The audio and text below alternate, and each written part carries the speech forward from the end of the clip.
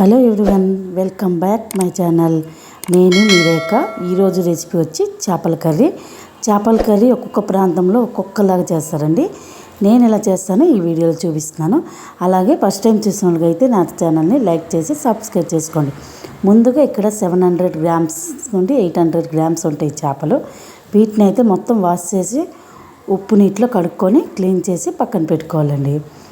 తర్వాత ఒక కడాయిలో 2 స్పూన్స్ ధనియాలు, హాఫ్ స్పూన్ జీలకర్ర, కొన్ని వెల్లుల్లి రెబ్బలు, హాఫ్ స్పూన్ మెంతులు, కొన్ని ఎండుమిర్చి వేసుకొని అవి వేగే వరకు మీడియం ఫ్లేమ్లో ఒక్కసారి వేయించుకొని మిక్సీ చేసి పక్కన పెట్టుకోవాలి.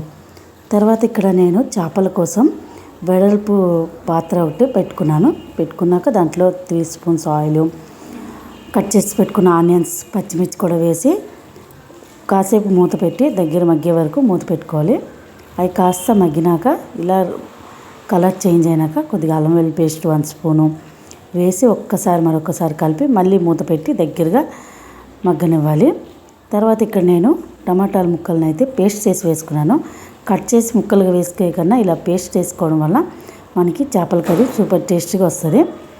వేసి ఒక్కసారి కలుపుకొని రుచికి సరిపడా సాల్టు, పసుపు 1 స్పూన్, కారం మీ టేస్ట్ బట్టి. ఎలాగైనా నాన్ వెజ్ కర్రీకి కారం ఎక్కువగానే ఉంటుంది. చేపల కర్రీ కాబట్టి నేను 2 స్పూన్స్ కారం అయితే వేసుకున్నాను. వేసి ఒకసారి కలుపుకొని ఇక్కడ నేను ఆల్రెడీ చింతపండు అయితే నానబెట్టుకున్నాను.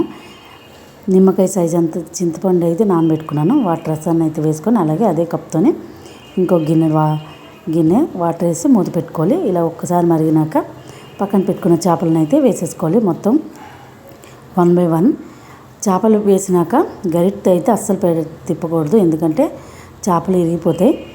వేసి ఇంతకుముందు పౌడర్ చేసుకున్నాను కదా, అదైతే మొత్తం వేయట్లేదు, 1 స్పూన్ వేసాను. తర్వాత ఫైనల్గా వేసి మూత పెట్టి బాగా కొద్దిగా ఉడికినాక ఫైనల్ దించే ముందు కొత్తిమీర వేసుకుంటే చాలండి, మనకి చేపల కర్రీ రెడీ అయిపోతుంది. రైస్లోకి సూపర్గా ఉంటుంది. చేపల కర్రీ ఎలా వచ్చిందో ఒక్కసారి నాకు కామెంట్ చేసి చెప్పండి. అలాగే నెక్స్ట్ వీడియో ఏది చేయాలనేది నాకు కామెంట్ చేయండి. నెక్స్ట్ ఏ ఫుడ్ వీడియోలు చేయాలో నేను కామెంట్ చేస్తే దాన్ని బట్టి ఆ వీడియో చేస్తాను. Bye bye.